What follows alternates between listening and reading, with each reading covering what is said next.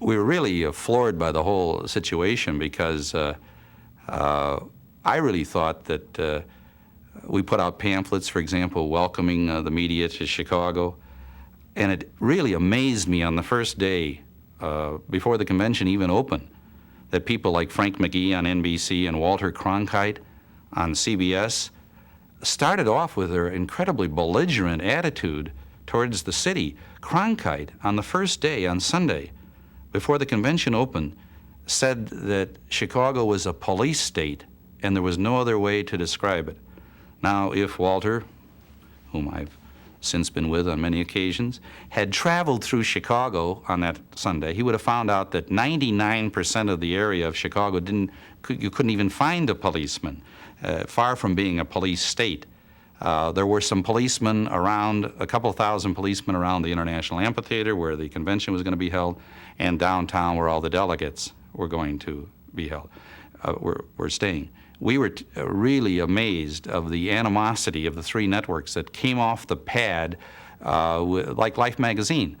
I arranged, stupidly, for two high-ranking police officers to go out to the convention to have a picture taken for Life magazine. Now, stupidly, the two policemen stood behind the fence out there, which had barbed wire on top that we didn't have anything to do with. It was erected by the Democratic National Committee. But Life magazine's cover showed the two policemen peering out from behind this cyclone fence with the barbed wire. You know, and everything the media did was geared to set a tone of conflict. It was really, I think, one of the shocking moments of American media history. And happily, the three networks have learned their lessons through the years. They have made great efforts since 1968 to be far more objective than they were during those terrible days.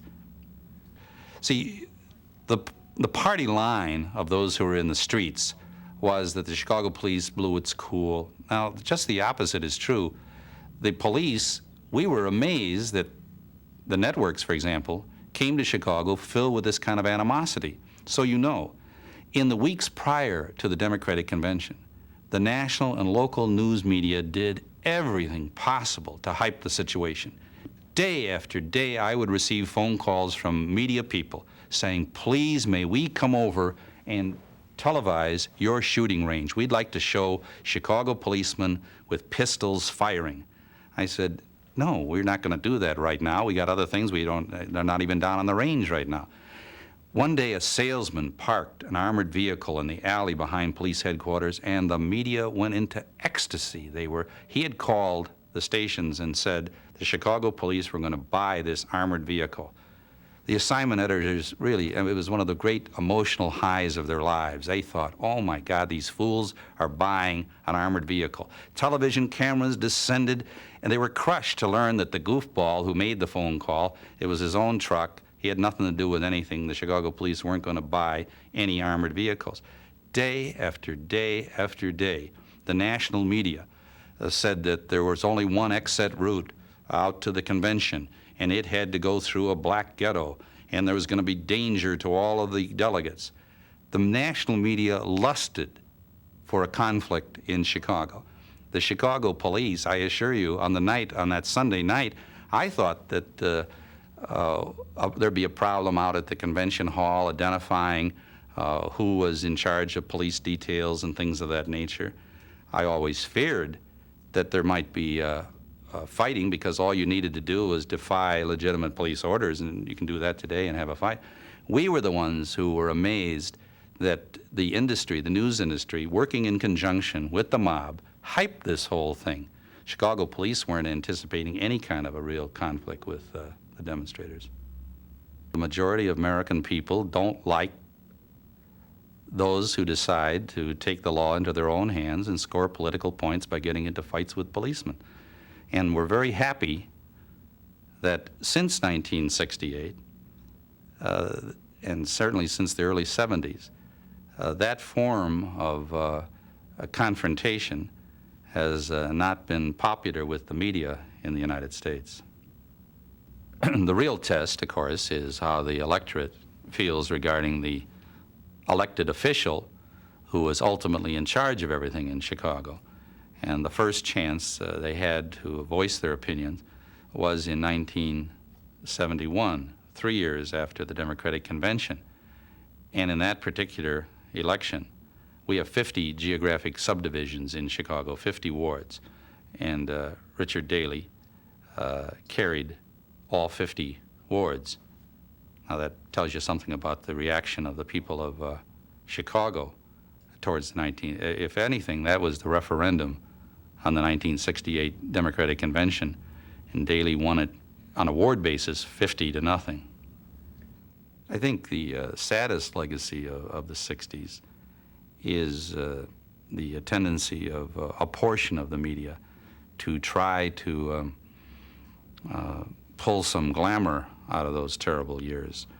They were terrible years in that the drug culture got hold in America and was glorified by many people in prominent positions and by the national media.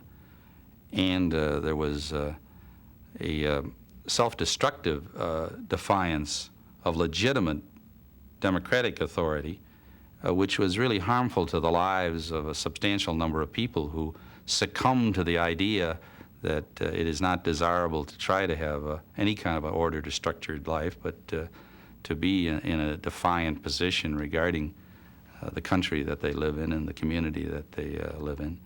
Regarding the police, I would think that police power is always incredibly dangerous, and that a realistic media always watches and observes policemen and always tries to restrain policemen from unjust actions against citizens and any interference that's illegitimate with the ordinary person.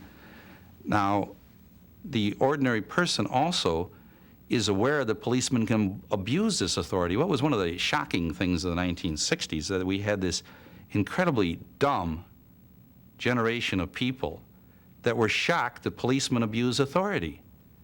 Any kid who grew up on the side streets of Chicago knew from the time they were 3 years old that policemen can abuse authority. What amazed me was kids from suburbs who apparently grew up with this idea of officer friendly and all that kind of stuff, didn't know that he or she who has authority to arrest you, has authority to deprive you of your liberty, can abuse that authority. Don't be shocked by that. Make sure it doesn't happen, that there isn't any abuse of citizens' rights. But don't think that you never heard of it. Police agencies all throughout history can abuse their authority. What is dumb is to have a generation of intellectuals and media people who are amazed at that. It could happen today if you wanted to go out and you could have fights with policemen at any time. Now, to try to draw some comparison between Chicago and Beijing is really, once again, following that same syndrome that we cannot make any distinctions. We don't understand what's happening. No one was shot in Chicago. Not one human being was wounded in Chicago by any kind of a pistol or rifle or anything of that nature. And there is no comparison between an encounter between citizens and the police in Chicago and what happened in Tiananmen Square.